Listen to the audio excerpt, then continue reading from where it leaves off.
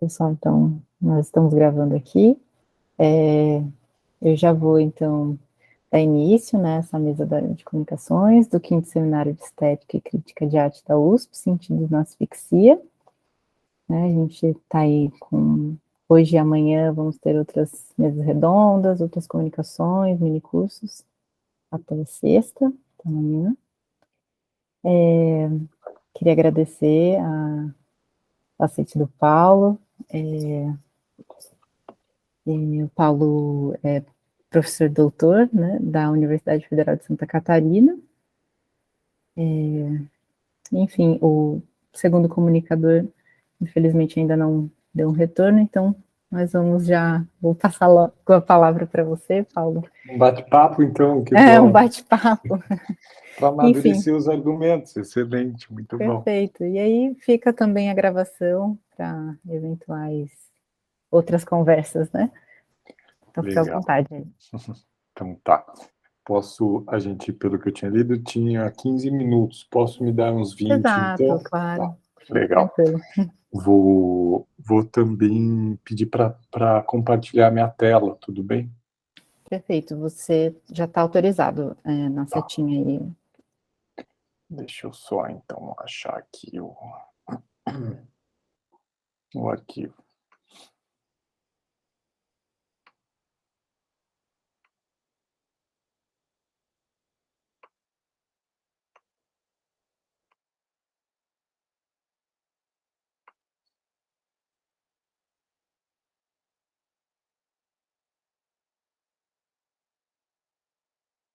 Só.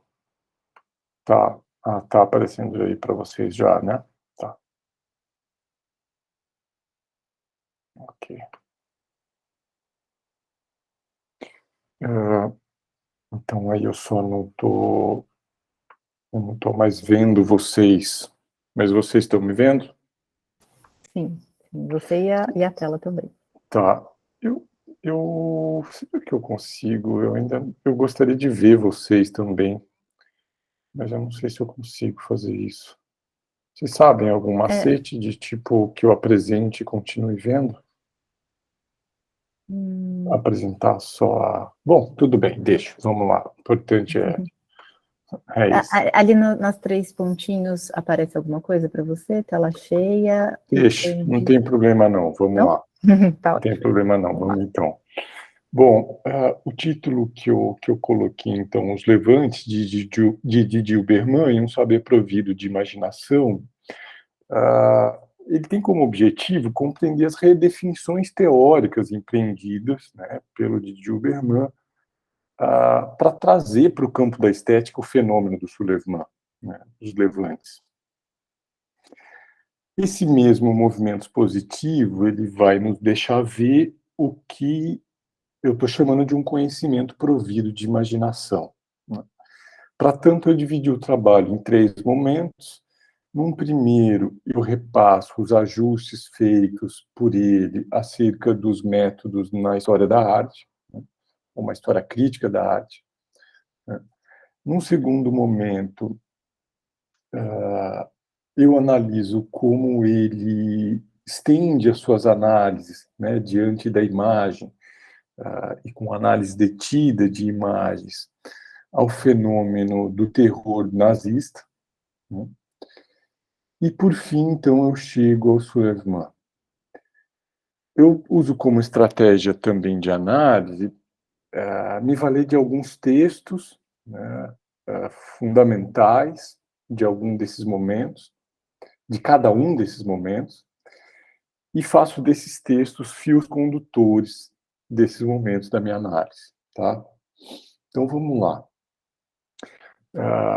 Para esse primeiro momento da análise, então, que a gente pode chamar aí, né, que remonta, então, aos anos 90, né, e eu tomo como fio condutor o diante da imagem, né, em que ele vai realizar, então, uma crítica ao tom de certeza reinante no campo disciplinar da história da arte, né, argumentando que os cânones, né, na história da arte ele vai dizer, sabem nos dar a impressão de um objeto verdadeiramente apreendido e reconhecido em todas as suas faces, como um passado elucidado sem resto. Tudo parece ali visível, discernido. Então, sob esses marcos e com a pretensão de se tornar ciência, tem-se uma redução do visível ao legível e pressupõe-se a adequação completa do conhecimento ao objeto. Ele vai se deter em dois marcos do campo, que são o Vasari e o Panofsky, né, sobretudo. E para fazer essa crítica, então, à história da arte, né, marcada pela redução do visível ao legível, e que pressupõe a adequação completa do conhecimento ao objeto, ele vai empreender, então, essa história crítica da história da arte, e vai trazer uma série de noções que, para também dar conta da minha apresentação rapidamente, eu vou sintetizar aqui. E uma primeira noção, ela vai no sentido de abrir a caixa da representação, evitar o fechamento resolutivo, a sutura autossatisfatória.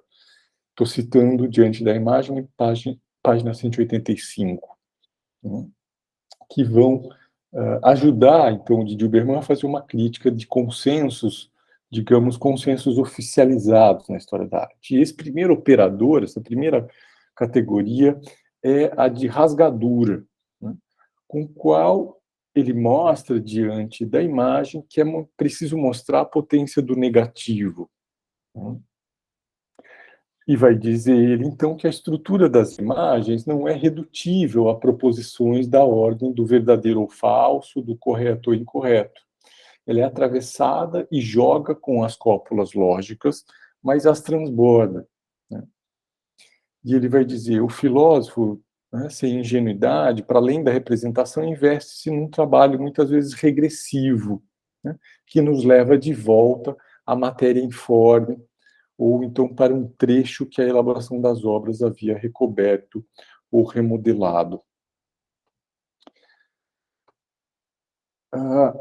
Nos termos do Didier Berman, isso não significa evocar uma poética da irrazão ou do irrepresentável, mas sim de dialetizar, pensar a tese com a antítese, a arquitetura com suas falhas, a regra com a sua transgressão, o discurso com seu lapso, o tecido com sua rasgadura.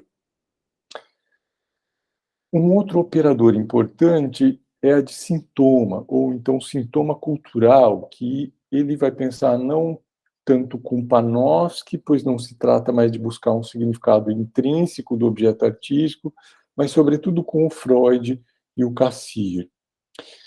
E aqui se entende, na relação com a história da arte, a teoria do Didier Berman pretende rever a forma artística, mas também a noção do sujeito, né? Isso exigiria mais tempo, mas, grosso modo, trata-se de perceber que, com a psicanálise, né, na qual o eu não conta com uma síntese unitária, é um eu que não é senhor em sua própria casa, né, exige-se que o domínio simbólico, e por isso a imagem, sejam compreendidos não mais sob o regime da dedução, né, ou então o símbolo e a imagem não podem ser uma espécie de unidade inteligível, nenhum esquema entre regra geral e acontecimento singular. Ele vai dizer que nesse modelo denominado sintomal, é preciso pensar o símbolo em ramificação ascendente de associações, né, a expressão dele, num jorro exponencial de todas as condições de sentido em ação numa imagem. Está lá a página 235. Instala-se, assim, ele vai dizer, uma economia da dúvida, de natureza crítica, na qual se trata menos de enunciar novas respostas do que sugerir novas exigências.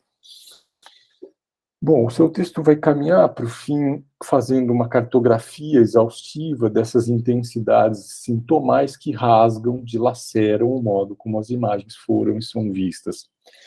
Ele vai ao corpo vasariano e eu destaco só dois. Um é de tom anedótico dessa obra de Hugo da Carpe, né, que é essa primeira vista aqui, que ele reconhece, é uma obra que não tem virtudes, né, é uma obra, ele chega a dizer, Desculpa. quase que medíocre, mas ele conta nessa anedota como ela foi ignorada pelo Vasari e pelo Michelangelo, mas, sobretudo, completamente não compreendida por esses, né? E visivelmente não cabia na grande moldura criada para aquela história que estava sendo inventada ali. Paulo, desculpa, você está compartilhando a tela ou A não? princípio, estou. Tá, porque a gente está vendo apenas A primeira tela, só a uma tela sua, cinza. a sua tela, né? Então, tá, Ah, o que peraí. você está vendo. Tá, peraí. Desculpa, vamos lá. Agora sim? Não, ainda não. Não? Tá. Talvez, se você encerrar esse compartilhamento e abrir um novo. Eu vou também baixar e que ele está aqui no. E aí eu abro pelo PowerPoint, que fica mais seguro. Isso. Aí você pode em apresentar uma janela, se for o PowerPoint, né? Ou uma guia, se ela tiver no Google Chrome, alguma Tá, coisa assim. tá. Tô baixando então. Ok. Vou parar a apresentação.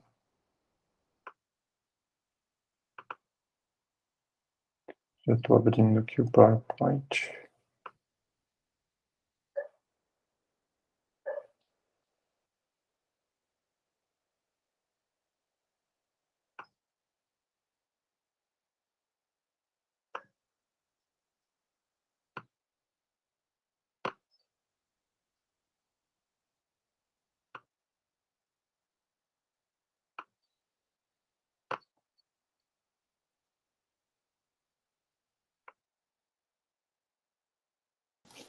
Perfeito, agora a gente vê o. Oi, agora.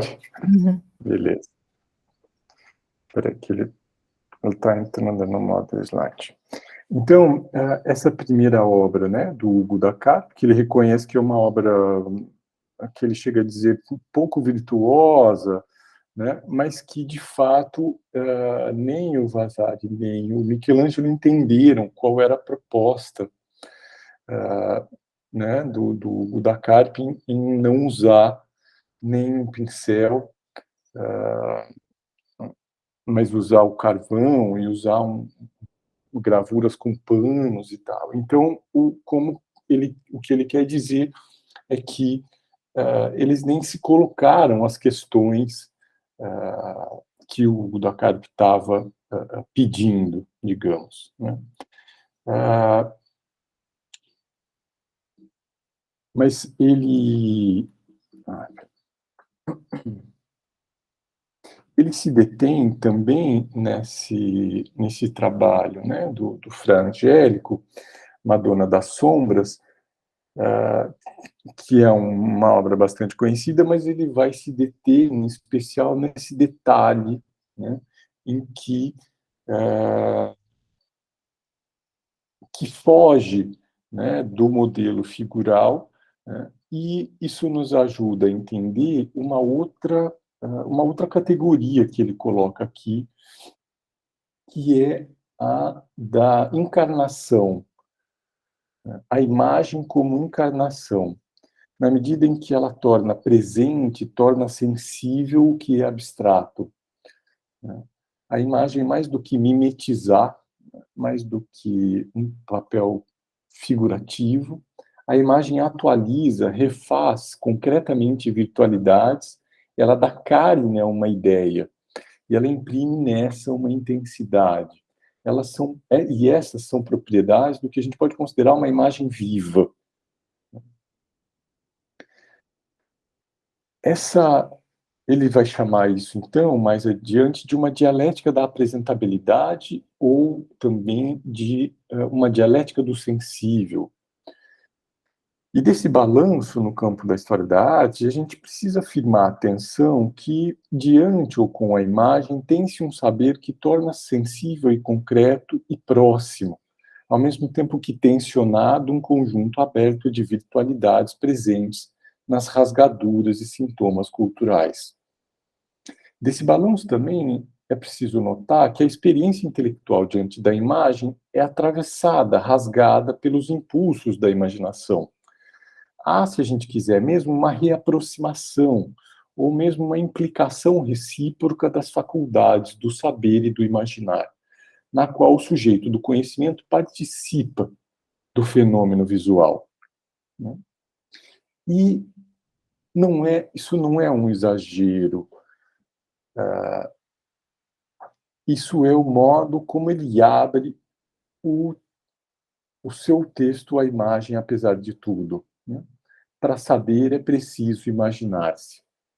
E é assim que a gente passa, então, ao segundo momento da análise, nos voltando, né, a esse período já nos anos 2000, em que o Didi Huberman se desloca para fenômenos culturais para além do mundo das artes, né? Todavia, os fenômenos e objetos, obviamente, não são escolhidos gratuitamente, né? Trata-se de momentos decisivos do século XX, e dito mais especificamente aqui, né, de uma reparação histórica do terror da Segunda Guerra.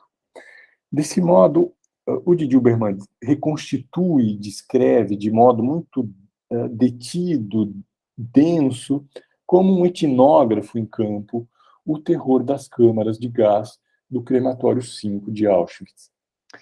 Ele analisa paciente, vagarosamente, essas imagens que definitivamente desafiam os limites do humano.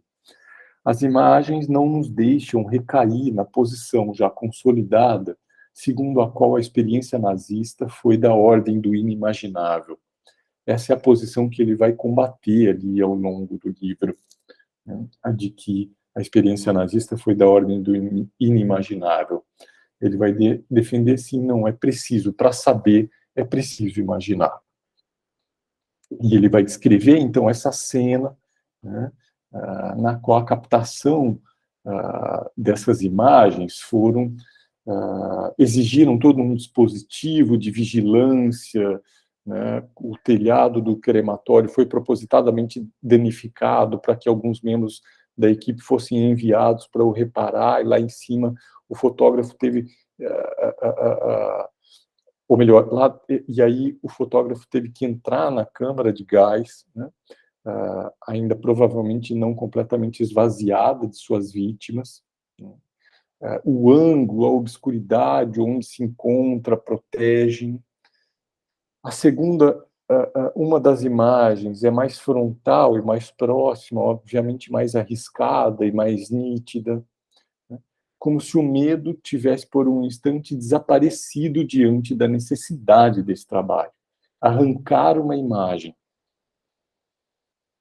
E ele segue analisando, então, como os gestos dos vivos ali deixam ver o peso dos corpos e das tarefas a cumprir e decisões a tomar, né? Arrastar e atirar, né? O olhar detido sobre a imagem deixa ver o crepitar da gordura, os cheiros, o encarquilhamento da matéria humana, tudo isso sob essa tela esfumaçada que a fotografia captou. A descrição nos permite ver os detalhes, sentir a cena, de modo que sejamos afetados pela frieza, crueldade e naturalidade da cena. Mas, sobretudo, lidar com isso de frente.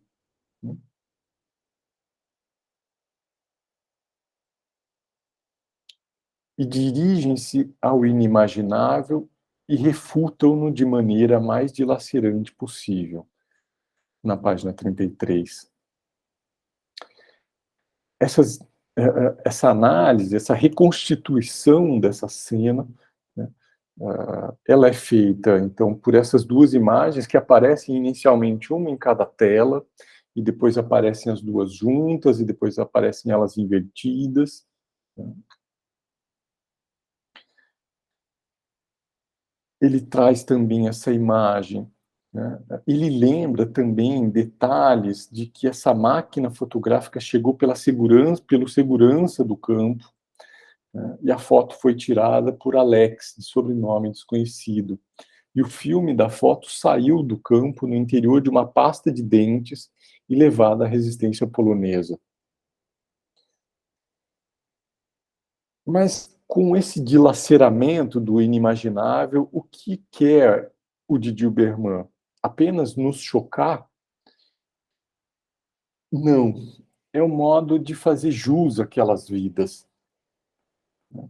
Ele vai dizer, para refutar o inimaginável, muitos homens correram o risco de morrer.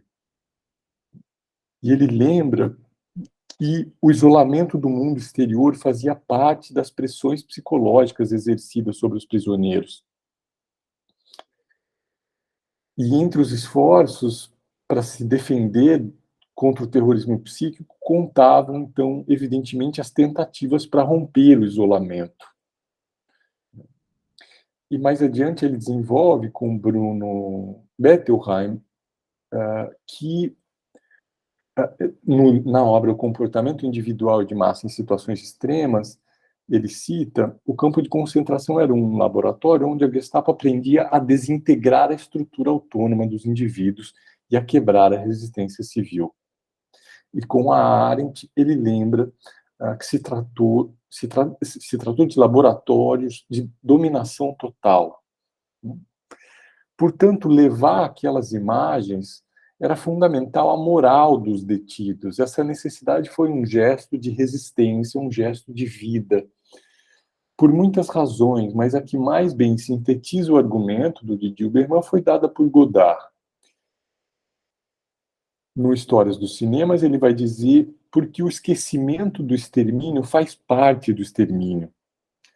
Dito de outro modo, porque o extermínio visava o desaparecimento de toda memória, todo vestígio, toda marca própria de vida daqueles sujeitos e daquela realidade, transformando tudo numa espécie de não lugar, ele vai dizer. Por isso se tem noção da importância, então, dessa imagem para aqueles sujeitos, né, já como um soulèvement, já como um gesto vital, né, de resistência e comunicação, né, e também, claro, a importância da imagem, dessa imagem como ela chega até nós, né? Ele vai dizer como aquela experiência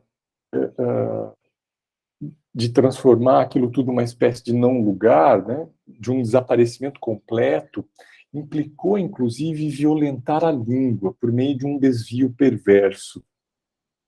Ops,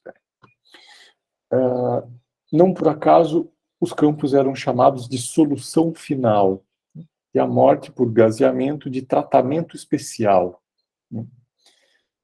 Lembra ainda que a sigla SS se remete à ideia de proteção e salvaguarda.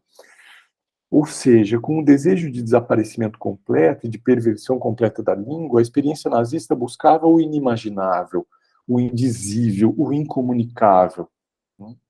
Por isso é tão importante não recair nessas posições. Ele vai dizer isso lá na página 37 e também 44 com Agamben. Então, recair no inimaginável, no incomunicável, era justamente o que o terror nazista pretendia. Portanto, esse desvio para além do mundo das artes, ele é uma tarefa ética, ele faz jus à memória daqueles sujeitos, ao esforço daquelas pessoas que, diante da morte, produziram os documentos que chegam até nós. Mas significa também restabelecer o uso da língua, a função da palavra e da imaginação em situações extremas. Trata-se, portanto, de uma tarefa filosófica com uma dimensão ética.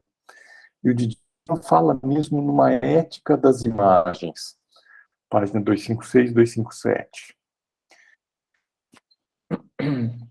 Superar o lugar do inimaginável, conhecer o inferno por meio das imagens e da imaginação, se dá num processo de montagem, ele vai dizer na página 173.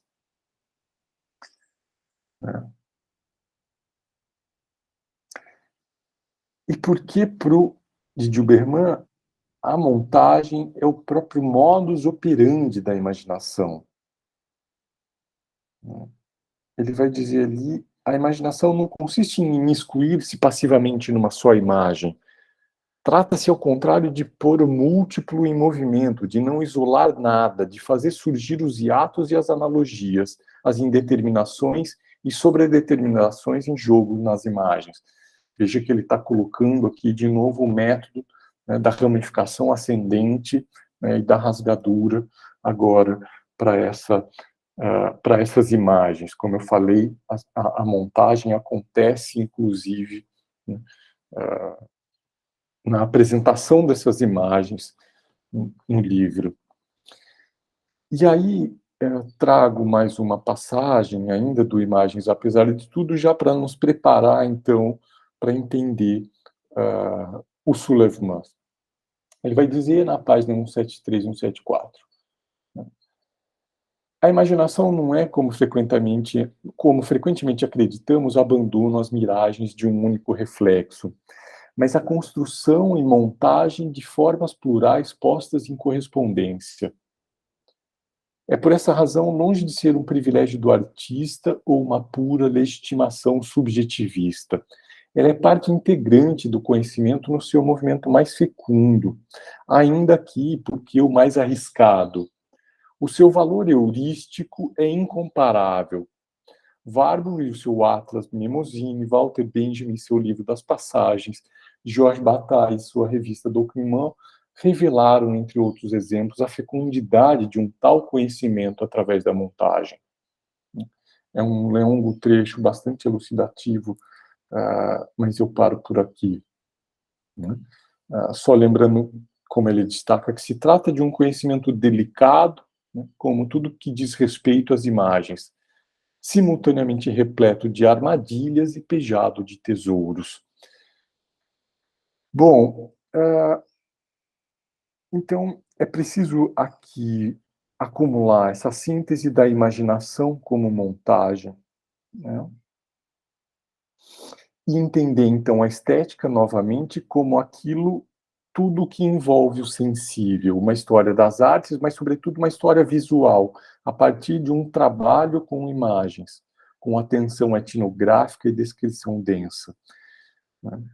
Não qualquer história, mas uma teoria crítica da história. E aí chegamos, então, ao Suleyman, né, como eu disse, ele analisa detidamente, inclusive, essa disposição espacial, né, do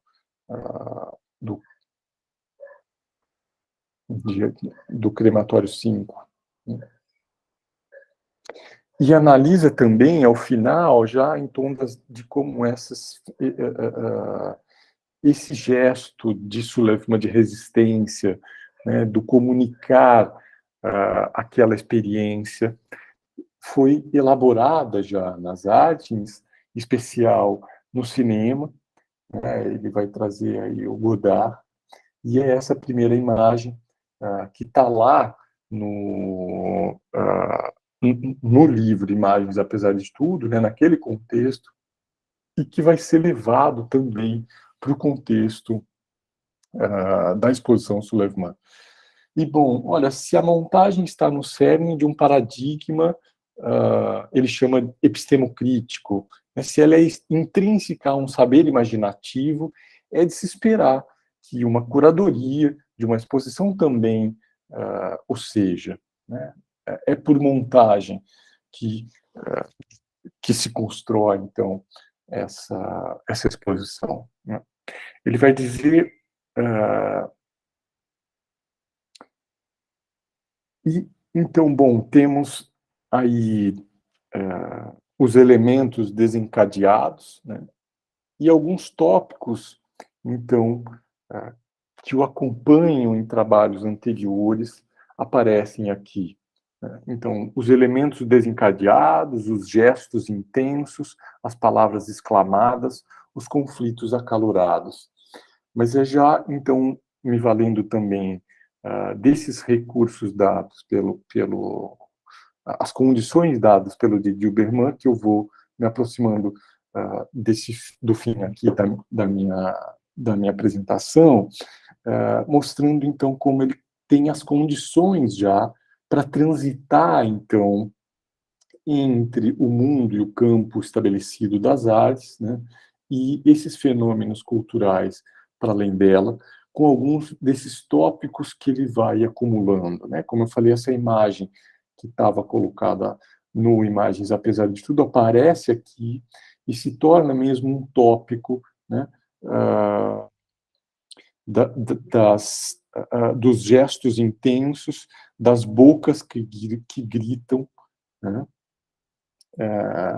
E que tenha essa potência, então, né, de transmitir, né, um saber atravessado, afetado de emoções, né?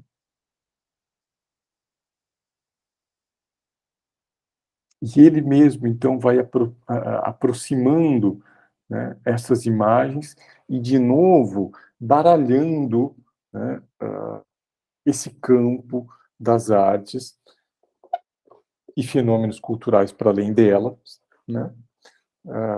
Mas com esse expediente também, né, da atenção detida, da descrição densa, né? Ele vai se deter numa série de... Ele consegue construir uma cartografia e um atlas mesmo, né, e por correspondências e aproximações, essa não é exatamente, não está lá exatamente, mas essa aqui sim, né? Então, o dispositivo da montagem está colocado aqui, né?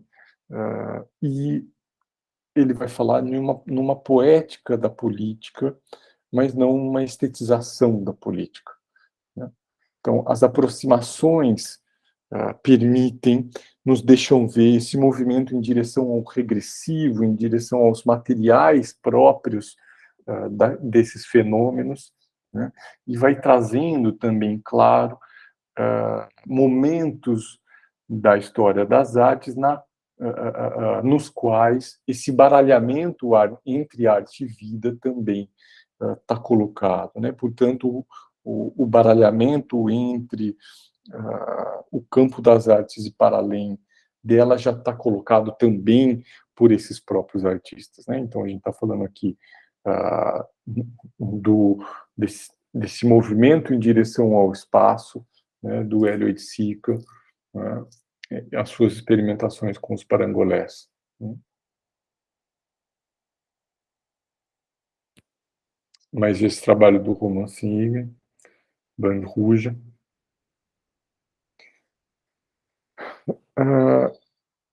essa foto, então, né, da barricada da rua Saint-Maur de 1848, que também é uma imagem rica do ponto de... uma imagem propícia àquilo que o Didier Berman busca, né, de rasgadura, né, de sintomas, né, e de tensionamento, né, e de soulèvement em muitas dimensões, né? Mas o fato é que se tem, então, um saber que conta com as potências vitais do corpo e da imaginação, né? E, para tanto, e aí vale, já termino aqui, então, com essas imagens de 68, né, do Arthur York, né, segundo a qual não há potência de imaginação sem imagens potentes. Isso é muito interessante. Então, isso é fundamental para esse modelo epistemocrítico do Didier Berman, né? Pensar com imagens e a partir das imagens, e um saber que potente de imaginação, porque conta com imagens potentes. É isso. Obrigado. Muito obrigada, Paulo. Bom, realmente o outro comunicador teve um imprevisto, ele avisou um pouquinho em cima, mas Era isso Tranquilo. mesmo. Agradeço a sua apresentação. É muito amplo, assim, né? Você percorre desde do comecinho, assim, das publicações do Didi, nos anos 90, assim, que parece ainda que até esse momento, né, que ele trabalha sobre as imagens de Auschwitz, fica mais restrito mesmo ao campo da história da arte, apesar de numa revisão crítica, assim, né, da historiografia. Mas eu acho que um ponto que me chama a atenção é essa questão de como você, né, colocou muito bem, eu acho, que é esse reposicionamento do sujeito, né? Porque embora, e aí pensando agora, assim, algo que me ocorreu, embora ali ele fique muito restrito no campo da história da arte, há essa reposição do sujeito diante da imagem, e a partir dos anos 2000, e aí onde ele começa a entrar num campo mais do fenômeno cultural, né, das imagens, há uma postura, parece que muito mais fenomenológica ali. Você colocou, e aí não sei se você vai concordar, assim, que você trouxe mesmo essa última imagem, né, de como o Alex se posiciona ali, né, dentro da câmara de gás para fazer aquelas imagens, e durante todo o livro, né, do Imagens Apesar de Tudo, ele coloca muito essa questão, né, das condições de possibilidade para que aquela imagem fosse produzida, assim, né? E aí ele vai voltar também depois, e aí do Levante já aí vira uma coisa assim complexa, porque ele faz uma montagem e ele traz de novo essa imagem como um levante, apesar do pessimismo também, que muita gente questionou ele, né? Então, não sei se... Enfim. Bom, Astrid e Isabela, André, se vocês quiserem fazer perguntas também, acho que a gente está bem livre, assim, em termos de tempo, para vocês colocarem... Super, super gostoso a apresentação. Eu queria fazer uma relação com a abertura do seminário Asfixias, com o professor Jean Galard, e um livro dele, Beleza Exorbitante, onde ele questiona exatamente essas imagens que são reais, que se pretendem talvez chamar atenção para, quer dizer, não tão implicitamente como nesse caso de Auschwitz, mas como no caso do fotógrafo Sebastião Salgado, que ele acompanha os refugiados, então ele está ali, mas a partir do momento que elas vão para a galeria e elas partem para esse processo de fruição estética, que tipo de transmutação se passa aí, e como nós, como fluidores, nos relacionamos com essa imagem. Então, hoje a gente ignora e só aprecia, né, ignora, ou assume a realidade e ignora e deixa de olhar esteticamente, né? Então, esse olhar e não olhar e se ater de olhar. E outra questão também que é interessante, pensando nos dias de hoje, e enquanto a gente já está acostumado a essas imagens, e essas imagens produzidas e essas montagens, estou pensando em todos os filtros que se há hoje para postar tanto uma selfie quanto uma imagem de alguém ou de uma situação, e hoje nos parece totalmente normal você ir lá, pegar o melhor ângulo da cena e se colocar dentro, se for possível, e criar um cenário. Quer dizer, na política a gente está vendo isso o tempo todo. E aí nem se questiona mais o papel do fotógrafo, de co-criador, ou co-criador da imagem, ou co-criador da cena de crime, enfim. Então, estou trazendo essas questões aí que me despertaram a sua comunicação. Obrigado, Astrid. O Isabela quer comentar algum? Não posso continuar com as minhas inquietações aqui do porquê. Que acho que Isabela quer comentar ou Eu faria só um comentário, não é muito uma dúvida, mas é que é muito interessante isso que você falou sobre não a potência da imaginação sem imagens potentes. E como o Didi Uberman pega muito bem no Warburg, essa coisa do Atlas, e como as imagens elas são ainda potencializadas nessa colagem que ele faz. Assim, se puder comentar um pouco mais dessa ideia da colagem, acho que ela em si é muito potente. Legal. Deixa eu voltar também o porquê, assim, do Didi Uberman, porque ele, né?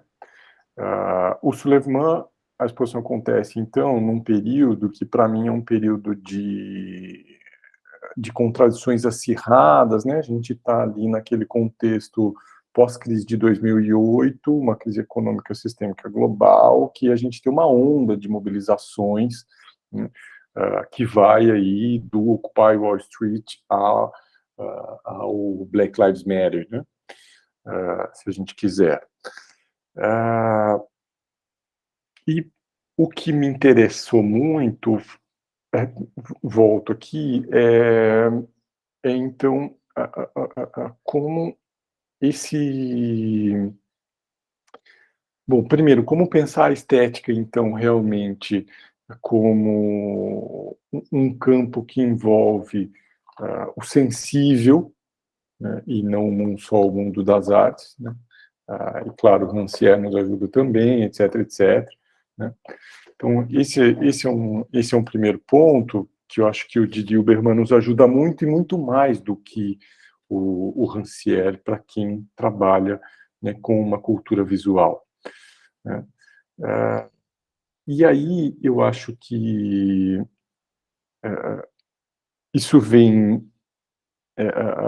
vai ao encontro de uma outra inquietação que eu acho que está um pouco colocada ali pela Astrid, que é claro que é uma questão que está colocada pelo grupo do Fabrini, na disciplina do Fabrini, né, aquela disciplina clássica dele do moderno ao contemporâneo, né, o mal-estar, né, sobre o estatuto da imagem na espetacularização, na lógica do capitalismo tardio do Jameson, etc, etc.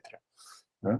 Então, o Didi Uberman vai colocar a imagem num outro estatuto, né, em que ele ainda reserva alguma dignidade para a imagem, com esses expedientes todos aqui. É claro, ele vai dizer, há gestos filosóficos na escolha das imagens, né? E há esses expedientes, então, como vocês comentaram, de uma análise detida fenomenológica, e ainda eu diria mais, é de um etnógrafo mesmo, da descrição densa, né? Vagarosa, que merece uma atenção. É o que ele faz, né? Você assiste a fala dele, ele passa muitos minutos, horas com uma imagem, né?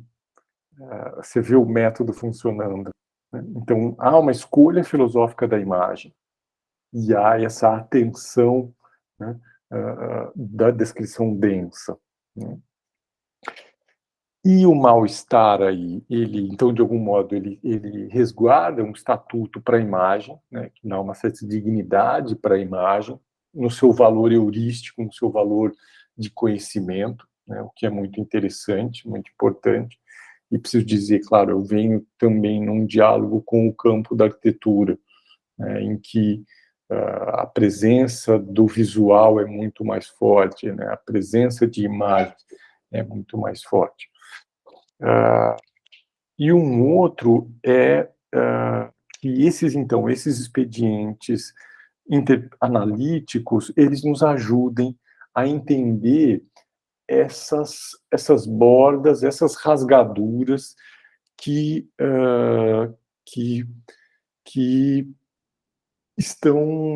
transitam no campo das artes, entre as artes não. Porque vejam que o interessante que me chamou a atenção é como, por exemplo,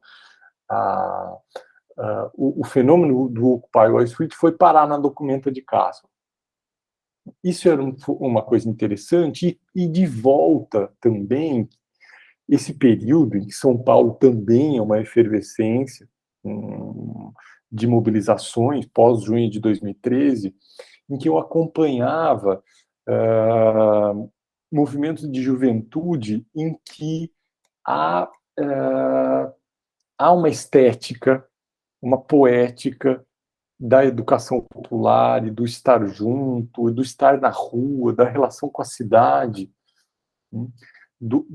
de afetos expansivos, e que são também conhecimentos atravessados de emoções.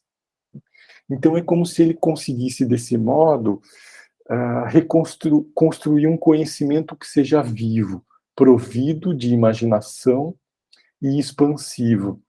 Seja ele o Sulejman, naquele ato extremo em que o movimento vital é de comunicar e levar para que aquilo seja lembrado, né, para que aquilo seja rememorado em algum momento, ou seja, nesse momento expansivo, né, da presença dos corpos coletivos nas ruas. Né? Era como se eu quisesse, de algum modo, que coubesse na estética esse tipo de fenômeno também. Por isso, acho que o Sulejman, né? O que a estética pode dizer sobre isso. E aí eu acho que o Didi Berman, ele é interessante, porque e aí tenho que dizer para vocês, eu fiz uma entrevista informal com ele, e perguntei para ele sobre o Sulejman, e eu senti que ele tinha umas limitações do ponto de vista da análise daquele contexto, uma análise política daquele contexto, ele tinha certas limitações. Mas a exposição Sulejman conseguia suprir e enriquecer o que ele, discursivamente, ele não estava fazendo. Então, essa aproximação, essas montagens, esses deslocamentos, né, entre o parangolé, a fotografia, são gestos filosóficos. Toda montagem é um gesto filosófico. Né? Isso é muito interessante, muito importante a gente entender. Ele cria um campo de correspondências, né, que não precisam sempre ser elucidadas. Ele deixa a imagem gerar também a imagem, e a imaginação, através da montagem, que se produzam essas correspondências numa ramificação ascendente de significados. Então, eu acho que a exposição consegue ser daí um ponto muito alto e uma síntese muito complexa desse seu método, dos seus acúmulos do ponto de vista do método. É como se o filósofo precisasse ser aí um curador e que trabalhasse com a montagem. É meio por aí. Aproveitando, assim, mais para saber a sua impressão, você chegou aí na exposição Levantes na época? Eu não fui em Paris, eu fui daí aqui em São Paulo. Isso, justamente. Que a minha curiosidade é que eu não vi essa exposição pessoalmente, né? Mas no catálogo tem um texto do Rancière que ele faz assim a crítica em relação a isso, justamente que a Astrid pontuou, né?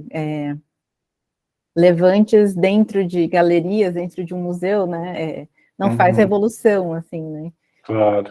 Tem essa dimensão da estetização, assim, e a outra que acho que ele foi também um pouco questionado mais na mídia, assim, né, na repercussão da mídia, foi a extensão da exposição, né? São centenas de obras, e por mais que exista esse ganho, assim, né, há algo, assim, que a montagem vai falar, né, que é dali, daquela montagem que é produzido algo, há também esse questionamento daquilo que se perde em termos de especificidade, assim, né?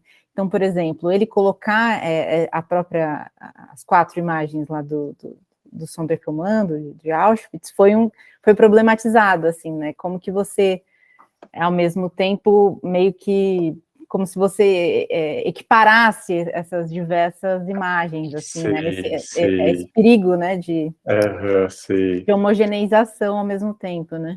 Eu não sei como que você sentiu, assim, vendo a exposição. Mas é porque é um olhar exterior, né? Veja, é um olhar exterior que não acompanha, porque, vejam, essa análise, então, de Auschwitz, ela se torna... E ali o Sulejman está colocado para ele, né? Colocado para ele na experiência desses sujeitos que se comunicam e arriscam as suas vidas, né, para levar aquela imagem adiante, ter aquele registro, né? Então, é claro que você precisa reconstituir esse percurso, por isso que eu passo por aqui, né? Porque tem uma dimensão ética e um gesto filosófico naquela escolha, mas aquilo se torna um tópico para ele. Quando você junta daí na exposição, é claro que aquilo tem...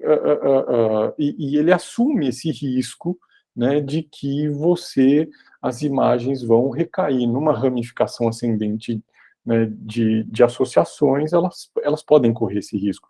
Mas é claro que ele...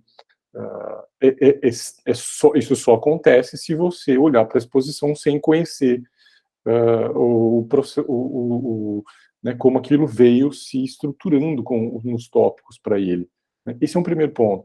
Um outro ponto, é claro que o Rancière está fazendo é um olhar, digamos, de má vontade, né? É um olhar de má vontade, que é claro que ele sabe, e é claro que o Dilma sabe, que revolução não veio de galeria, mas não se trata disso, né? Se trata justamente de, a meu ver, né, se trata evidentemente de ativar a imaginação política a partir de imagens. É isso que eu trouxe no final. Não existe imaginação política sem imagens potentes. E isso é interessante, porque o mundo, para além das artes, também sabe disso, né? E está tudo bem, a gente tem um quadro, uma situação, uma realidade muito contraditória, complexa. O pós-modernismo pode estar aí, a lógica cultural do capitalismo está aí o tempo todo, etc, etc, mas, ainda assim, não dá para negar isso tudo que ele colocou, né? Esse estatuto da imagem, esse saber potente de imaginação com a imagem, né? E seguimos. Isso é importante. Acho que isso é o interessante, né? Seguimos com o tensionamento, com as contradições, com as dificuldades, né? Acho que é isso. Eu vi essa exposição e me pareceu exatamente isso que agora que o Paulo falou, porque cada imagem tinha a sua potência. Isso que me chamou a atenção. Exatamente a imagem, apesar de tudo. Era difícil nesse nosso olhar acostumado com uma curadoria que tem um sentido implícito ou explícito. Ali eu acho que remetia uma deriva ali no percurso. Porque, na verdade, o percurso cruzado, uma fazia você voltar para uma anterior, tinha alguma coisa que você queria lembrar de alguma outra que você viu antes, então tinha essa coisa de querer voltar. Mas realmente era um pouco desnorteante.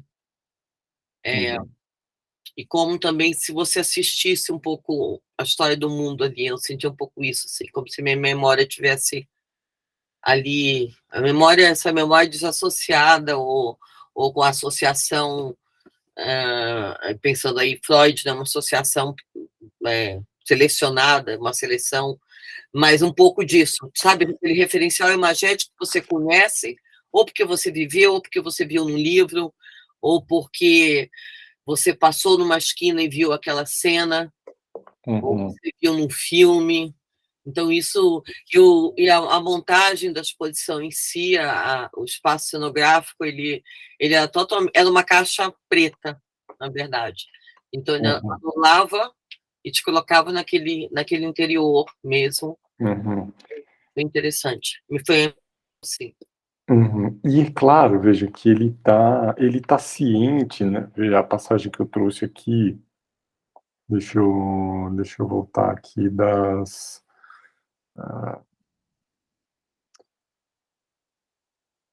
de que se trata de um conhecimento delicado, repleto de armadilhas e pejado de tesouros, né?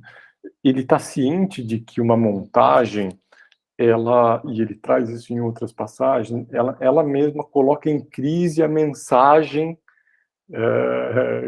que ela está veiculando. Então ele sabe que não é um processo unívoco, né? Não é um processo, não há um sentido unívoco, e ele está como que chamando para a entrada. Então eu diria que, claro, foi uma exposição que tem, só que é impossível você achar que você resolve a exposição por si mesmo. É preciso ter essa. Eu escolhi, para mim, eu escolhi fazer essa reconstituição desse processo para chegar lá, porque não é uma exposição quase que para ele também, né? Para ele ir, você vê que há continuidades e descontinuidades, há nitidamente tópicos que o acompanham, assim, né? De momentos da história que ele analisa, né? Momentos da história da arte que ele vai. Então, ele vai tendo seus tópicos. Isso é interessante. Ele vai criando seus tópicos filosóficos, né, que aí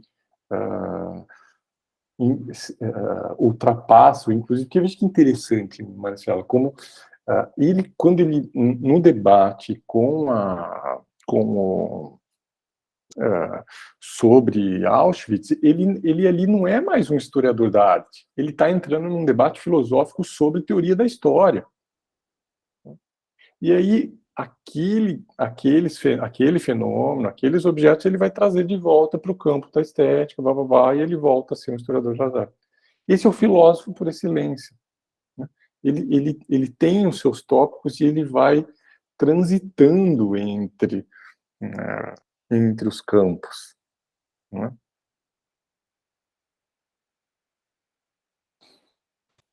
Perfeito. Legal, muito bom. Uhum.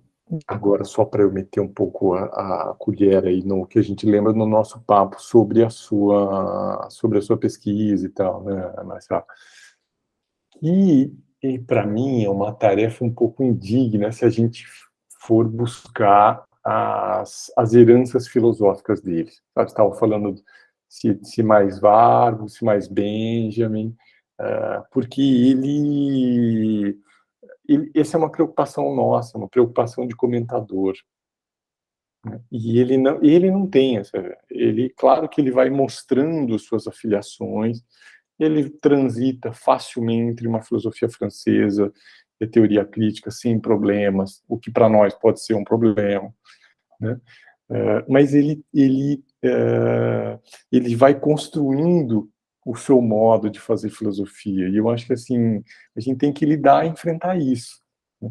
Claro, pode identificar suas heranças, né, os seus diálogos, as suas ancestralidades, como ele também fala, mas isso acaba sendo uma tarefa indigna, né, a gente ficar só nisso. Ao mesmo tempo, enfim, por outro lado, pode ser muito mais interessante a gente enfrentar o texto dele e reconstruindo essa estrutura no interior do próprio texto, dos textos dele, né? Enfim. Fechou isso, seu áudio.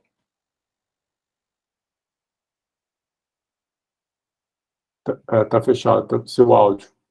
Nossa, desculpa.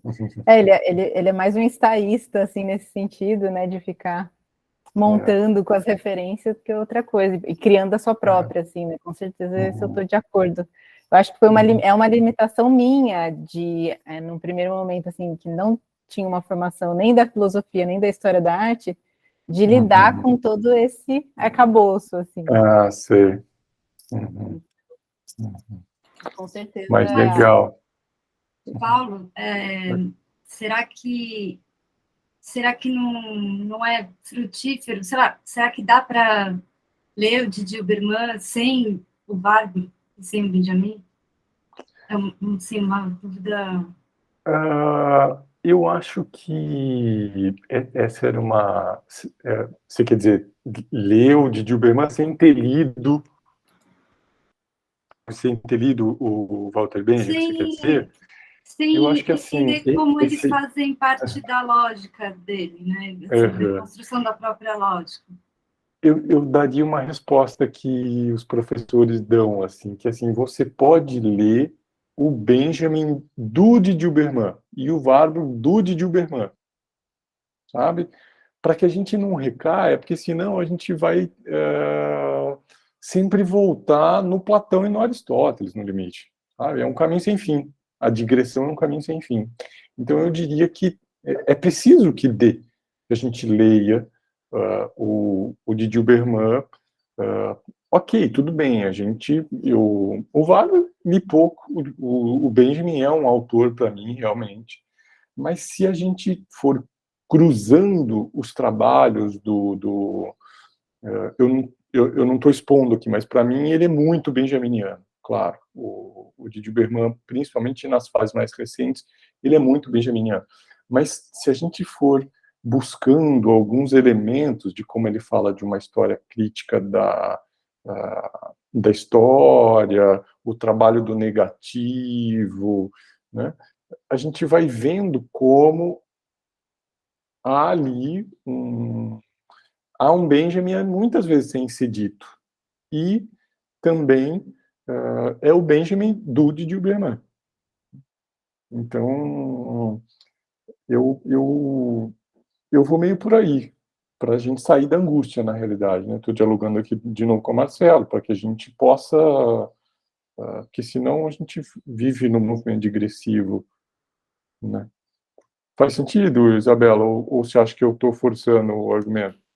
Não, estou perguntando... Era uma angústia real, você quer dizer? Curiosidade, assim, sobre a sua opinião, sim. Era uma angústia real. Não, o que eu costumo fazer também, depois dessas leituras, que a gente vá cruzando, fazendo um índice onomástico dos tópicos dele, e como que a gente começa a ver como os temas reaparecem em outras obras.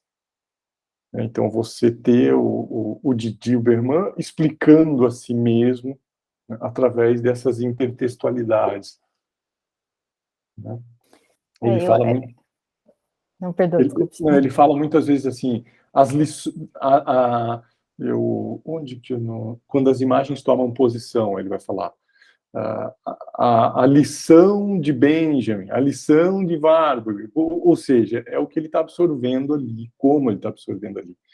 Né? Então, né, a gente vai aí criando essa intertextualidade para que a gente possa seguir, né, no autor. Desculpa, eu te cortei. Eu acho, assim, por um lado, é preciso, né, que você leia o Didi por ele mesmo, assim, né, evitando essa digressão, como você falou, mas, ao mesmo tempo, eu, particularmente, achei muito difícil você não ter um mínimo de conhecimento para entender qual é o Benjamin que o Didi, como que o Didi está lendo o Benjamin, porque ele é a interpretação dele é super heterodoxa dentro da academia, então, uma das coisas que eu percebi muito, assim, nas pesquisas iniciais, assim, de textos sobre o Didi Uberman, é que caía meio numa coisa circular, assim, então, fica um pouco difícil se você não tem esse entendimento mínimo, assim, de onde ele está partindo e como ele está se apropriando. Essa foi a minha maior dificuldade, assim. Então, mais do que ler o que o Benjamin falou, né? Entender como ele está se apropriando e qual são as recepções dentro da academia. Porque senão você cai no discurso, você usa o de Huberman que é o que você mais vê, assim, me parece, assim, que é para... ele se vale para fazer as críticas, né? É bem dialético a escrita dele, né? E normalmente eu vejo muito o Huberman sendo usado para encerrar ali um determinado argumento, assim, né? Então, eu acho que essa foi a minha impressão, assim, Mas me fale um pouco mais desse uso do Huberman. O que você está pensando, assim, como ele... Por exemplo, o conceito de imagem sobrevivente, assim, né? São imagens muito poéticas que eu acho que ele como um ensaísta e como quase um poeta, um artista, ele escreve de uma maneira assim muito muito bonita, assim, né? Então, às vezes, se você ter um pouco dessa percepção assim um pouco mais acurada, te permitir vendo por onde que ele está navegando e não só, é uma imagem sobrevivente, só fazer essas afirmações. Assim. Entendi. Também tem uma leitura crítica em relação a ele, assim, não só validá-lo e pura e simplesmente, assim, você quer dizer. Entendi. Justo. Mas legal.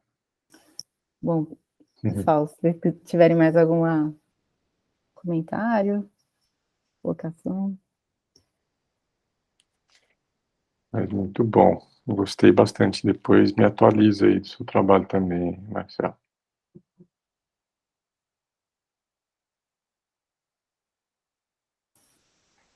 Bom, pessoal, então a gente já pode ir encerrando, né? É isso. Obrigada, viu, Paula? Sempre um prazer conversar com você, muito rico. Gostei Também. bastante. Também, prazer, Marcelo. Legal. E a gente se vê. Até mais, Astrid, Isabela, Marcelo, até mais. Valeu. Tchau. Até.